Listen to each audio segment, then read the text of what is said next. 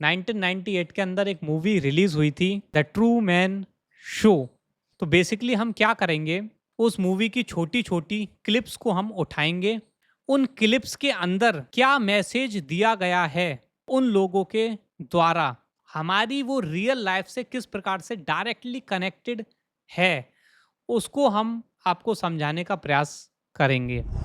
कली राक्षस के द्वारा फैलाया गया जो एक पूरा सिस्टम है, जो एक मायाजाल है, बीइंग्स को एंट्रैप करने के लिए ये जो कली राक्षस ने एक मैट्रिक्स जनरेट करी है, एक भ्रमजाल जनरेट करा है लोगों को एंट्रैप करने के लिए, वो इस मूवी के अंदर उसने एक तरीके से फ्लैश आउट करा है।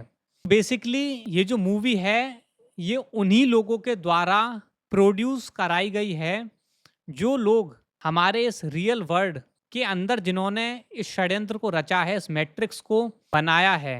चाहे जो पूरा ये जो सिस्टम है, चाहे गवर्नमेंट का, पॉलिटिक्स का, सोसाइटी का, पूरा जो नेटवर्क है, पूरा जो कली राक्षस का सिस्टम है, ये जो पूरी कली राक्षस का सिस्टम है, इसे अगर आप एक मैट्रिक्स बोलेंगे तो उस मैट्रिक्स के अंदर वो किस प्रकार से लोगों को एंट्रैप करके रखना चाहता है और रखता है, उसकी एक झलक हमें इस मूवी के अंदर देखने को मिलती है। बात करें कि मूवी का नाम है ट्रू मैन। ट्रू मैन मतलब असली पुरुष, एक असली आदमी। इस मूवी के अंदर हम देखते हैं कि ये व्यक्ति शुरुआत में मैट्रिक्स में बिल्कुल फंसा होता है। उसके आसपास जो नकली दुनिया है उसी को वो असली दुनिया समझता है और बड़ा खुश होता है क्योंकि उसे असली दुनिया समझ रहा है, एंजॉय कर रहा है सब कुछ, मतलब भेड़ चाल में चल रहा है। जो जिसने मैट्रिक्स बनाई है, जैसा वो चाहता है कि ये जिस प्रकार से रहे वैसा ही वो रह रहा है। लेकिन कुछ समय बाद उसे पता लगता है कि कुछ ना कुछ तो गड़बड़ है, ये जो दुनिया है ये कुछ और है। तो इस मैट्रिक्स की रियलिटी, जिस इल्यूजनरी मैट्रिक्स में, जिस नकली दुनिया में उसे रखा जाता है, उसकी हकीकत उसे धीरे धीरे उसे शक होने लगता है और उसकी हकीकत उसे धीरे धीरे समझ में आने लगती है। तो इसे कहते हैं अंडरस्टैंडिंग द मैट्रिक्स। उसी प्रकार से हम इस संसार में हैं और कली राक्षस ने जो मैट्रिक्स हमारे ऊपर हमें बनाए रखी है, हमें फंसाने के लिए जो उसने मैट्रिक्स बना रखी है, अगर हम उसे अंडरस्टैंड करने की कोशिश करते हैं तो उसी प्रकार से उसका एक तरीके से रिप्रेजेंटेशन है कि ट्रू मैन कौन है, जो उस मैट्रिक्स को अंडरस्टैंड करता है। ठीक है, उसे समझ में आता है कि हाँ कुछ ना कुछ तो गड़बड़ है, जो मुझे बताया जा रहा है, जो मुझे दिख रहा है, ये रियलिटी नहीं है, रियलिटी कहीं ना कहीं कुछ और है। तो इस प्रकार से वो जब उसे डिकोड करना चाहता है उसको बोलते हैं ट्रू मैन, जो कि इस मूवी का नाम है। और केवल इतना ही नहीं, वो केवल उसे डिकोड नहीं करता है, वो मैट्रिक्स में एंड में आकर उस मैट्रिक्स से बाहर भी निकल जाता है। Breaking the matrix, exiting the matrix, Kali राक्षस के द्वारा जो बनाई गई नकली संरचना है, एक नकली मैट्रिक्स है, उसको ब्रेक करके एंड में उससे बाहर भी निकल जाता है। और कली राक्षस ने बहुत सारे पैतरे आजमाए हैं। अब मतलब इस मूवी के अंदर जो उस मैट्रिक्स के क्रिएटर हैं, जो उस नकली दुनिया के क्रिएटर हैं, जो उस रियलिटी शो के क्रिएटर हैं, वो बहुत सारे पैतरे आजमाते हैं, उसे इमोशनली ब्लैकमेल करते हैं, उसे माइंड प्रोग्राम करते हैं रेडियो के माध्यम से, और यहाँ तक कि उसके पास के जो लोग हैं उनके द्वारा भी, उसकी खुद की सोसाइटी के द्वारा भी, उसकी खुद की फैमिली के द्वारा भी उसको माइंड प्रोग्राम करवाया जाता है। मतलब जिसे वो अपनी फैमिली समझ रहा होता है, जिसे वो अपना फ्रेंड समझ रहा होता है, जिसे वो अपनी वाइफ समझ रहा होता है, सभी के द्वारा यही प्रयत्न करवाया जाता है कि किसी भी प्रकार से मैट्रिक्स को ब्रेक करके बाहर ना निकल जाए। उसी प्रकार से कि जिस प्रकार से इस संसार के अंदर कली राक्षस यही चाहता है कि हम उसके द्वारा जो रची गई मैट्रिक्स है उसको तोड़कर बाहर ना निकल जाएं, और उसके लिए वो दुनिया भर के पैतरे आजमाता है, हमारी माइंड प्रोग्रामिंग करवाता है, न्यूज़ के माध्यम से, सोसाइटी के माध्यम से, अलग अलग तरीक़ों से गलत गलत इन्फॉर्मेशन दे के एक सॉर्ट ऑफ इमेजिनरी दुनिया हमारे माइंड के अंदर क्रिएट करके किस प्रकार से उसकी जो झलक है वो हमें इस मूवी के अंदर देखने को मिलती है। सीन बाय सीन मैं उसे डिकोड करने का प्रयास करूंगा और आपको समझाने का भी प्रयास करूंगा। आइए स्टार्ट करते हैं।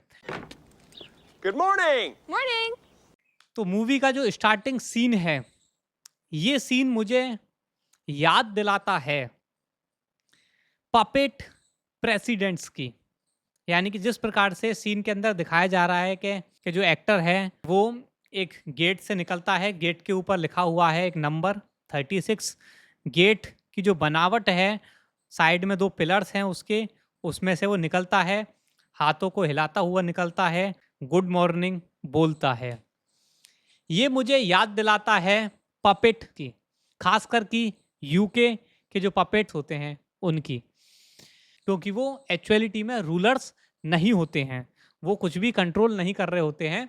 असली जो कंट्रोल होता है वो एक्चुअलिटी में वहाँ की जो रॉयल फैमिली है उनके हाथ में है, इंग्लैंड का। जो नए नए जो बनते रहते हैं, जैसे कि कुछ टाइम पहले ऋषि सुनक नाम का एक व्यक्ति बना था, लोग बड़े चिल्ला रहे थे, खुश हो रहे थे, अरे ये देखो ये एक भारतीय मूल का व्यक्ति वहाँ का, हमारी कितनी बड़ी उपलब्धि है। अब ये वही लोग हैं जो लोग मैट्रिक्स में फंसे हुए हैं, जिन्हें मैट्रिक्स की रियलिटी का कुछ भी नहीं मालूम है। उनको मालूम ही नहीं है कि ये उनका पालतू कुत्ता है।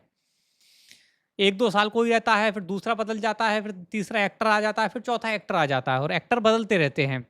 इनके हाथ में कुछ नहीं होता है, ये सिर्फ एक पपेट्स होते हैं।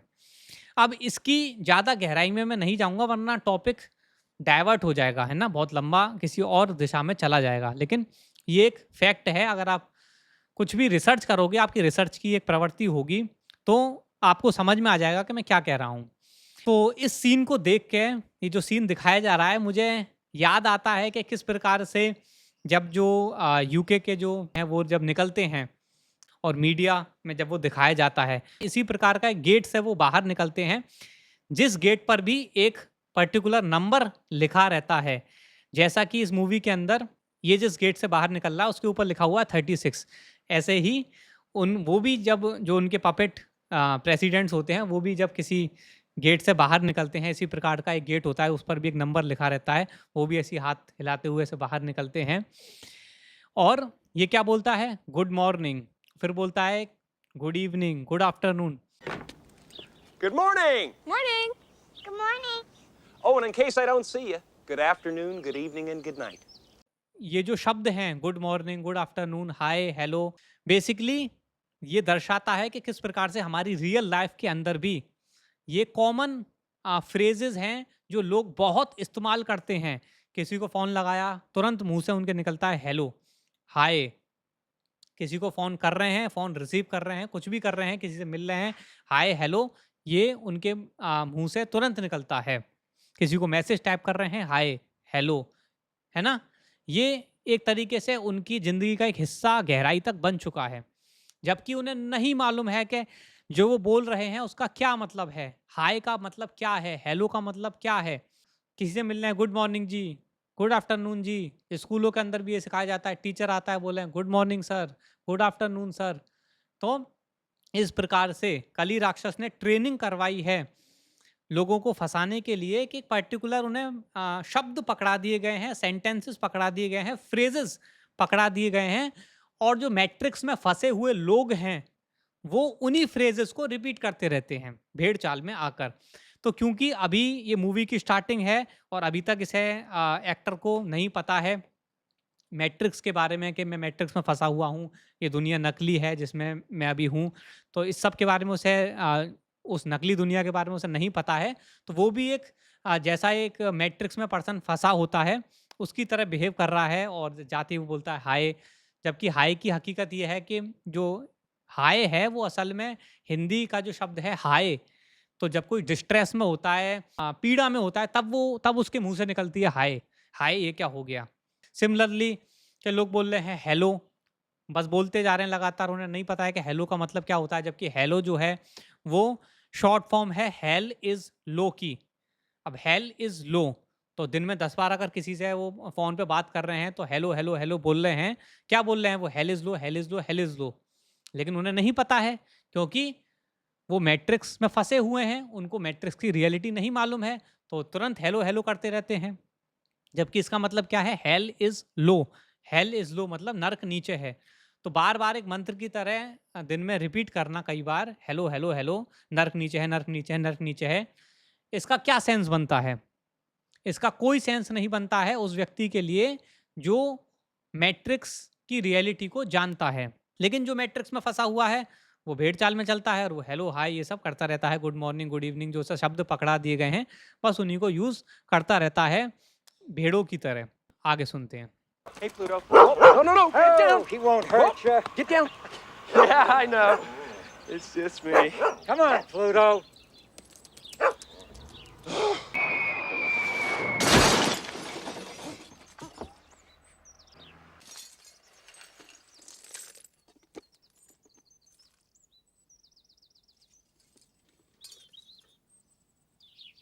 तो अगले सीन में हम देखते हैं कि प्लूटो नाम का कुत्ता जाता है और उस पे ट्रूमैन पे भौंकना स्टार्ट कर देता है।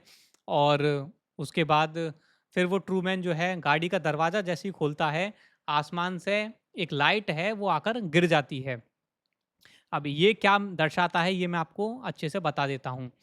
अगर आपने मेरी प्लूटो वाली और नासा का जो डायरेक्टर था और डिज्नी का जो मालिक था वॉल्ट डिज्नी, उन दोनों का क्या कनेक्शन था और प्लूटो का क्या कनेक्शन है उनसे, वो वाली वीडियो अगर आपने देखी होगी तो आपको ये समझ में आ गया होगा।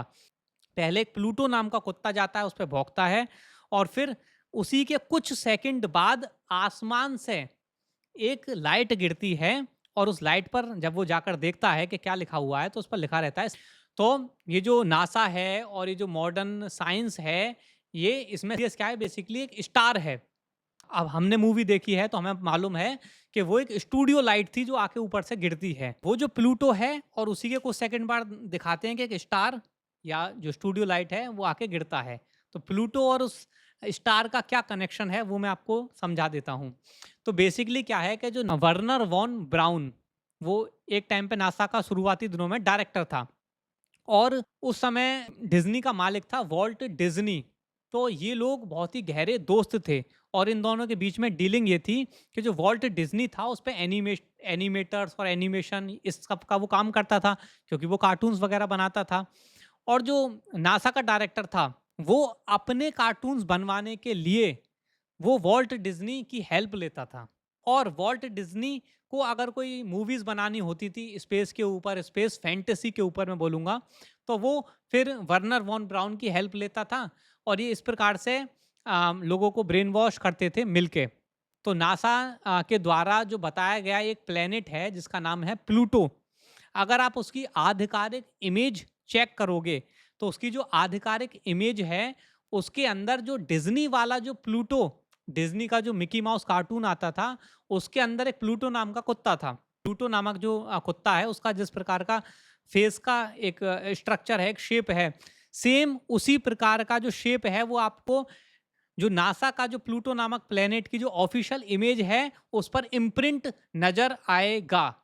यानी कि नासा का जो प्लूटो नामक जो प्लेनेट की जो इमेज है उसके अंदर आपको डिज्नी का जो प्लूटो नामक वाला जो कुत्ता था वो वाली इमेज आपको नजर आएगी।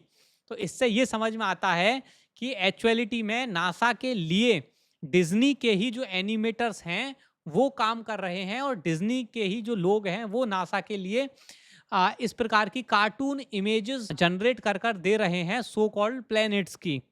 उसी के साथ ये एक और मैसेज इसमें क्या दिखाया जा रहा है वो ये है। अब ये जो ट्रूमैन है ये सोचता था, ये उस लाइट को क्या समझता था कि ये तो एक स्टार है। भाई जैसे हम संसार में जब खड़े होते हैं पृथ्वी पर और हम स्टार देखते हैं आसमान में, अब वो तो रियल स्टार हैं। लेकिन कली राक्षस ने क्या एक षड्यंत्र रचा है कि उसने लोगों के दिमाग में एक भ्रम उत्पन्न कर दिया है कि एक इसी प्रकार का एक जो सैटेलाइट है वो भी पृथ्वी के चक्कर लगाता है, ऐसा उसने भ्रम लोगों के मन में उत्पन्न कर दिया है। जबकि ऐसा कोई चक्कर नहीं लगाता है, लेकिन उसने ऐसे कॉन्सेप्ट को लोगों के माइंड में एस्टेब्लिश कर दिया है। ठीक है, तो वो चीज़ इससे कैसे कनेक्टेड है वो मैं आपको बताता हूँ। तो असल में क्या है कि कई बार जब लोग आसमान में सितारों को देखते हैं और सितारों के कई बार स्ट्रेंज मूवमेंट्स को वो देखते हैं कि फॉर एग्जांपल कि कोई तारा था जिसे आप टूटता हुआ तारा बोलते हैं, या फिर कोई देखा आपने आसमान में कि तारा था और मतलब सॉर्ट ऑफ लाइट थी और वो चलकर दूसरी जगह चली गई। तो कई बार जो लोग हैं, लोग ऑटोमेटिकली उसका आंसर खोज लेते हैं उस हिसाब से कि जिस हिसाब से नासा ने उनको प्रोग्राम कर रखा है। तो नासा ने उन्हें उनके माइंड में 2-3 चीज़ें इससे रिलेटेड इंफॉर्मेशन ऑलरेडी फीड कर रखी हैं कि अगर आपको ऐसे आसमान में जाती हुई लाइट्स दिखें, तो या तो वो मेटेरॉइड है, एस्टेरॉइड है या फिर वो सैटेलाइट है। तो इस प्रकार की माइंड प्रोग्रामिंग नासा ने इन लोगों की कर रखी है। तो इसलिए वो जब भी कोई स्टार को देखते हैं, रियल लाइफ के अंदर किसी मूविंग स्टार को लोग देखते हैं, तुरंत, क्योंकि नासा ने उनका माइंड प्रोग्राम कर रखा है, तुरंत उनके दिमाग में आता है या तो कोई एस्टेरॉइड है या फिर ये कोई सैटेलाइट है जो मूव कर रहा है ना? जिस प्रकार से कि ये मूवी के अंदर ये जो ट्रू मैन है, ये क्या करता है कि वो उसे बेसिकली जो लाइट गिरी है, अब तो वो लाइट गिरी है उसे समझ में नहीं आया है ये क्या है, लेकिन जब वो लाइट ऊपर थी लगी हुई थी, तो वो उसे स्टार ही समझता था, है ना? जो ये जो ट्रू मैन है मूवी के अंदर, जबकि वो रियलिटी नहीं थी, वो कोई स्टार नहीं था, वो एक स्टूडियो लाइट थी, वो एक भ्रम था, मतलब वो रियलिटी में कोई स्टार नहीं था। जैसा उसे बताया गया था कि एक स्टार है, वो कोई स्टार नहीं था, वो एक स्टूडियो लाइट थी जो आके गिर जाती है उसके सामने। उसी प्रकार से कि जिस प्रकार से कई बार जब लोग आसमान में सितारों को चलते हुए देखते हैं, तो वो उन्हें सैटेलाइट समझ लेते हैं, जबकि वो कोई सैटेलाइट वगैरह कुछ नहीं है, वो एक अलग चीजें हैं, है ना? और इनके जो सो कॉल्ड सैटेलाइट्स ये लोग बोलते हैं, बेसिकली उससे मिलती जुलती ये चीज होती है सैटेलून्स, जैसे नासा के द्वारा ही लॉन्च किया जाता है। तो नासा के द्वारा हीलियम के बहुत बड़े बड़े गुब्बारों से अटैच करके यही सैटेलाइट जैसा दिखने वाला एक स्ट्रक्चर को उससे अटैच करके ऊपर भेजा जाता है ना? और उसको बोला जाता है सैटेलून्स। तो कई बार क्या होता है कि जो सैटेलून्स होते हैं, ये जब गुब्बारे में हवा फुस हो जाती है, तो जो सैटेलून है वो जाकर ज़मीन पे गिर जाते हैं, क्रैश कर जाते हैं। तो ऐसे बहुत सारे कई बार क्रैश करे हैं और कई बार लोगों ने उसकी वीडियोस बना रखी हैं, यहाँ तक कि फोटोज ले रखी हैं। ऐसी एक घटना चिली के अंदर हुई थी और ऐसी आए दिन होती रहती है। Of sci-fi hitting home for a Michigan couple when a satellite crash landed in their backyard, and their reaction, priceless. Never know what's going to happen. This baby fell out of the sky and landed in our yard. Nancy and Dan Welke, cool as cucumbers, discovering a satellite that had crash landed on their property, still blinking and still attached to a parachute.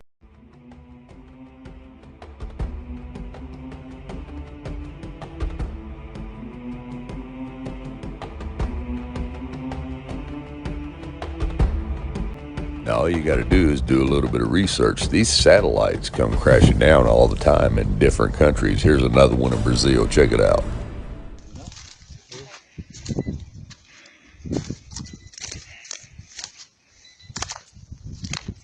Isso é uma foto, não dá pra botar assim.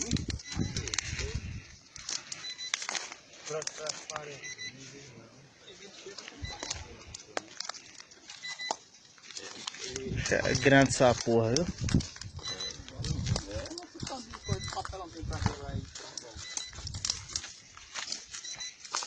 Pessoas não querem tamanho do. तो लोग देखते हैं यार ये satellite कैसे गिरी हुई है। तो बेसिकली वो क्या होता है, वो सैटेलून्स होते हैं, है ना? जो कि कहीं पर जाके क्रैश कर जाता है। सिमिलर कि इस मूवी के अंदर जैसा दिखाया गया है कि जो उनका जैसे वो लोग जैसे ये स्टार समझ रहा था, वो क्रैश कर गया है आकर ज़मीन पर। उसी प्रकार से रियल लाइफ के अंदर भी जैसे लोग सैटेलाइट समझते हैं कई बार ऐसा होता है कि वो सैटेलून्स जाके जंगलों में जाके और कहीं दूसरे क्षेत्रों में जाकर क्रैश कर जाता है। तो ये उसका एक दूसरा रियल लाइफ कनेक्शन था जो इस मूवी के अंदर दिखाया गया है। आगे सुनते हैं। Parts as it flew over Sea Haven just a few moments ago. Wow, luckily no one was hurt. But hey, how do you feel today? That's good. You thinking of flying somewhere? Nope. Oh, good. This is Classical Fly with Classical Drive, so why don't you forget about the perils of flying? Settle back and let this music calm you down. अब अगले scene के अंदर दिखाया जाता है कि जो actor है ये गाड़ी के अंदर बैठ जाता है और गाड़ी के अंदर जब वो बैठता है तो रेडियो चल रहा होता है और रेडियो में न्यूज़ आ रही होती है। और अगेन न्यूज़ के अंदर क्या बोला जा रहा है कि एक एरोप्लेन था जो कि सी हेवन के ऊपर से क्रॉस कर रहा था और वो दुर्घटना का शिकार हुआ और वो क्रैश हो गया, है ना? और फिर जो न्यूज़ बोल रहा था न्यूज़ एंकर, वो क्या बोलता है, कहीं आपके मन में तो ऐसा विचार नहीं है कोई हवाई यात्रा करने का? ट्रूमैन बोलता है नो। तो अगेन ये दर्शाता है कि किस प्रकार से ये जो न्यूज़ एजेंसीज को रन करते हैं, मतलब अब मैं आता हूँ रियल लाइफ के अंदर। रियल लाइफ के अंदर भी ये लोग इस प्रकार की न्यूज़ों को चलाते हैं जिससे ही एंश्योर करके रखना चाहते हैं कि कोई भी व्यक्ति मैट्रिक्स को ब्रेक करके बाहर जाने की सोचे भी ना, कि जिस प्रकार से यहाँ पर उसका एक तरीके से माइंड प्रोग्राम कर रहे हैं। बेसिकली ट्रू मैन के माइंड को ये प्रोग्राम कर रहे हैं न्यूज़ वाले इस मूवी के अंदर, इस प्रकार की खबर सुना के सी हेवन के ऊपर से एक एरोप्लेन जा रहा था, वो क्रैश हो गया, ताकि ट्रू मैन के मन में एक डर बैठ जाए कि तुझे इस प्रकार से बाहर जाने की नहीं सोचनी है, सी हेवन को क्रॉस करने की तुझे नहीं सोचनी है, ताकि वो कभी भी जो है इनके द्वारा जो रचा गया एक नकली दुनिया थी, मैट्रिक्स था, उसको उससे बाहर निकलने से डरे। इसलिए वो उस प्रकार की न्यूज़ से उसको उसके माइंड को प्रोग्राम कर रहे हैं कि जो भी, जैसे सी हेवन के ऊपर जा रहा था तो क्रैश हो गया, है ना, इस तरीके से। सिमिलर के किस प्रकार से कि हमारे रियल वर्ल्ड के अंदर भी वो लोग इस प्रकार से लोगों को माइंड प्रोग्राम करते हैं, इस प्रकार की न्यूज़ों को फैलाते हैं, ताकि जो लोग हैं वो मैट्रिक्स से बाहर निकलने के लिए सोचें तो उससे डरें। इस तरीके से उनको माइंड प्रोग्राम वो लोग करते हैं। तो ये उसमें दर्शाया गया है। और इसको एंश्योर करने के लिए वो न्यूज़ एंकर क्या पूछता है उससे, कहीं आपके मन में तो ऐसा कोई विचार नहीं है कि आप हवाई यात्रा करने की सोच रहे हो? मतलब वो बेसिकली चाहता है कि कहीं ये हमारे मैट्रिक्स से बाहर तो नहीं निकलना चाहता? तो वो बोलता है नो। तो हाँ, ठीक है, अब ठीक है। फिर वो बोलता है कि चलो अब आप रिलैक्स हो जाओ, रिलैक्स आप हो जाओ, उसके लिए मैं गाना लगा देता हूँ। तो फिर वो एक गाना सुनाता है सिमिलर टू कि हमारी रियल लाइफ के अंदर भी जिस प्रकार से जो म्यूज़िक इंडस्ट्री है और उसके अंदर जिस प्रकार से जो इमोशंस हैं, इन इमोशंस के अंदर ही लोगों को फंसा कर रखते हैं। और जैसे जो बॉलीवुड वगैरह है, बॉलीवुड म्यूज़िक लोग सुनते हैं, तो उसके अंदर लोगों को मैट्रिक्स के अंदर एंट्रैप करने के लिए, उनको उसी में फंसाए रखने के लिए ये लोग किस प्रकार से अलग-अलग सॉन्ग्स का पूरा मार्केट बना हुआ है। सेम के मूवी के अंदर जिस प्रकार से दर्शाया जाता है कि अब तुम रिलैक्स हो जाओ, मैं एक गाना लगा देता हूँ। मतलब हमारी रियल लाइफ से बिल्कुल ये डायरेक्टली कनेक्टेड है। आगे सुनते हैं। Dog fancy, please. Thank you very much. Give me a paper there, will you, Errol?